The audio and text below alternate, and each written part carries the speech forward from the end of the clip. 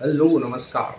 फिलहाल चुनाव में सबसे बड़ा चर्चा है रोजगार का। रोजगार एक ऐसा विषय हो गया जहाँ पर गवर्नमेंट को टारगेट किया जा रहा है और कई सारे युवा ऐसा जो बेरोजगार हैं भी। लेकिन अगर हम एक ही साइड देखें कि गवर्नमेंट इसके लिए रिस्पॉन्सिबल है तो ये गलत होगा। गवर्नमेंट की एक हद है जहाँ वो जितना कर सकते हैं कर रही है। हाँ, ये बात अलग है कि जो एग्ज़ाम्स कंडक्ट हो रहे हैं उनमें भी जो फेयर रिजल्ट आने चाहिए वो नहीं आ रहे हैं, ये एक अलग समस्या हुई। लेकिन रोजगार का ऐसा क्या है जो स्थिति इतनी ख़राब है? तो अगर वहाँ पर मैं ध्यान देता हूँ तो मुझे जो प्रैक्टिकल इश्यूज़ दिखाई देते हैं, जो साइकोलॉजिकल इश्यूज़ दिखाई देते हैं वो यूथ में हैं। पहली चीज़ कि यूथ का माइंडसेट ऐसा है नहीं कि वो अपने आप को स्किल्ड करे, अपने आप में क्वालिटीज़ डेवलप करे, अपने आप को इस काबिल बनाए कि कोई भी आपको हायर करे और आपको एक अच्छा डिसेंट अमाउंट पे करे। Problem number 1। दूसरा ये कि आपका माइंडसेट एक ऐसा माइंडसेट बन चुका है जहां आपको लगता है कि हम किसी के अंडर में रह के काम नहीं कर सकते, हम सेल्फ एम्प्लॉयड होंगे, हम सेल्फ ओन्ड होना चाहते हैं। और अगर आपका ये भी माइंडसेट है तो अच्छा माइंडसेट है, लेकिन इसके लिए भी आपको स्टार्टिंग तो किसी न किसी के अंडर रह के करने से करनी पड़ेगी। आपको सीखना पड़ेगा, सिस्टम को समझना पड़ेगा, तब जाके अपना कुछ शुरू कर पाओगे। और उसके बाद तीसरा प्रॉब्लम ये भी है कि आपके पास जो अपॉर्चुनिटीज़ हैं आपको वो अनसेटिस्फाइंग लगती है। मतलब अगर आपके आस-पास कहीं जॉब है तो आपको लगता है कि इससे इतने में मेरा क्या होगा? आप ये नहीं देख पा रहे हो कि यहाँ की रिक्वायरमेंट क्या है और मेरी क्वालिटीज़ क्या है। ये हो गया। तीसरी चीज़ है कि लोगों में एक ये भाव भी है कि हमारे पास जो है प्राप्त है वो पर्याप्त है। मतलब जो उनको अपने पिछली जनरेशन से जो मिल गया उसी में वो कुछ ना कुछ करते जा रहे हैं और दाल रोटी चला पा रहे हैं। तो एक ये माइंडसेट भी है कि हमको और ज़्यादा कुछ करना नहीं है। ये हो गया कम्युनिटीज़ का या यूथ का प्रैक्टिकल और साइकोलॉजिकल साइड। इसके अलावा अगर सबसे बड़ा कोई रीज़न है तो वो ये है जिस पे कोई बात नहीं करता है, जिस पे कोई गवर्नमेंट को टारगेट नहीं करता है। लेकिन मुझे लगता है कि रोज़गार से ज़्यादा बड़ा विषय ये होना चाहिए, एजुकेशन सिस्टम में क्या चीज़ें हैं।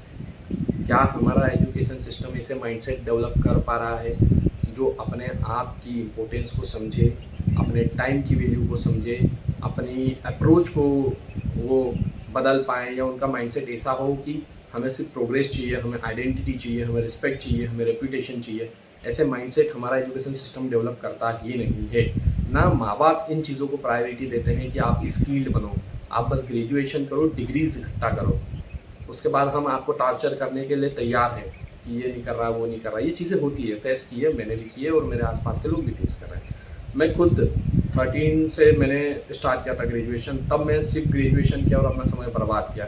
उस टाइम पे अगर मैं स्किल्ड सीखता, जैसे मैंने 19 में फ़ोटोग्राफ़ी स्टार्ट किया, आज मैं चाइल्ड साइकोलॉजी और पेरेंटिंग पढ़ रहा हूँ, आज मैं रिलेशनशिप और मैरिज काउंसलिंग पढ़ रहा हूँ। ये चीज़ें मैं अपने अंदर डेवलप कर रहा हूँ क्योंकि मुझे लग रहा है कि इनमें पोटेंशियल है। चाइल्ड साइकोलॉजी पढ़ना आज इतना इम्पोर्टेंट हो गया क्योंकि मैं मेरे आसपास के बच्चों को देख रहा हूँ तो मुझे लग रहा है कि ये क्या सीख रहे हैं। अगर आप 8th क्लास का एक बच्चा देख लो तो वो ठीक से अपना इंट्रोडक्शन भी नहीं दे पाता, इवन उस लैंग्वेज में भी नहीं दे पाता जो उसकी प्रायोरिटी लैंग्वेज है। हिंदी, इंग्लिश, चाहे किसी भी लैंग्वेज में हो, आप उससे अगर इंट्रोडक्शन लेने जाते हो तो उनमें उस लेवल का कॉन्फिडेंस नहीं है कि वो अपने बारे में 4-8 लाइनें बोल पाएँ। अगर इस तरीके के माइंडसेट डेवलप होंगे, इस तरीके के लोग डेवलप होंगे तो कैसे इनको रोज़गार मिलेगा, और अगर किसी ने इनको काम दे भी दिया तो ये उस ऑर्गेनाइजेशन के लिए अपना क्या कंट्रीब्यूशन कर सकते हैं। तो जितना बड़ा विषय रोज़गार नहीं है, उससे ज़्यादा बड़ा विषय है एजुकेशन सिस्टम। अगर आप ऊपर-ऊपर काम कर रहे हो, सपोज़ करिए कि आप एक घर बना रहे हो, आपने उसका बेस डाला नहीं है, आपने उसके पिलर्स कमज़ोर डाल दिए और आपने छत में मोटा सरिया लगा दिया है, तो उससे काम थोड़ी चलेगा। आपको बेस मजबूत करना पड़ेगा और वो नहीं हो रहा है। जब तक एजुकेशन सिस्टम पे काम नहीं होगा, जब तक ऐसे माइंडसेट्स, प्रोग्रेसिव माइंडसेट्स डेवलप नहीं होंगे, एक्टिव माइंडसेट्स डेवलप नहीं होंगे, तब तक ये रोज़गार की लड़ाई नहीं खत्म होने वाली है। ना गवर्नमेंट कुछ कर सकती है, ना ही प्राइवेट सेक्टर्स कुछ कर सकते हैं, ना कोई बाहरी इंफ्रास्ट्रक्चर आके यहाँ डेवलप होने लगे वो भी कुछ नहीं कर सकता। सिर्फ मज़दूर पैदा होंगे और मज़दूरी करते रहेंगे। बाहर के लोग आते जाएँगे, मज़दूरी करवाते जाएँगे, उनका प्रॉफ़िट बनता जाएगा, हमारी दाल-रोटी चलती जाएगी।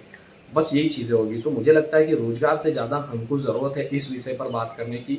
आज अगर आप देखो तो एजुकेशन सिस्टम में कई सारे स्कूल ऐसे हैं, इवन हर गवर्नमेंट स्कूल ऐसा है जहाँ पर गेस्ट फैकल्टी पढ़ा रही है। गेस्ट फैकल्टी 8-10 हज़ार रुपए में पढ़ाती है और वो भी वो लोग पढ़ा रहे होते हैं जिन्हें और कहीं कुछ नहीं मिला, जिनमें इतनी स्किल्स नहीं है कि वो और कुछ कर पाएँ। इसलिए यहाँ 8,000 रुपए में अपना समय काट रहे हैं वो। और वो लोग कैसे इन लोगों को तैयार करेंगे जो आगे चल के फाइट कर पाए, जो कुछ अपना कंट्रीब्यूट कर पाए। वो खुद की दाल रोटी की व्यवस्था नहीं कर पाएगा आगे चल के। तो रोज़गार से ज़्यादा ज़रूरी है एजुकेशन सिस्टम पर ध्यान दिया जाए। गवर्नमेंट के पास इंफ्रास्ट्रक्चर्स रेडी हैं, गवर्नमेंट का इकोसिस्टम बना हुआ तैयार है, बस इसमें क्वालिटी इनपुट करने की ज़रूरत है।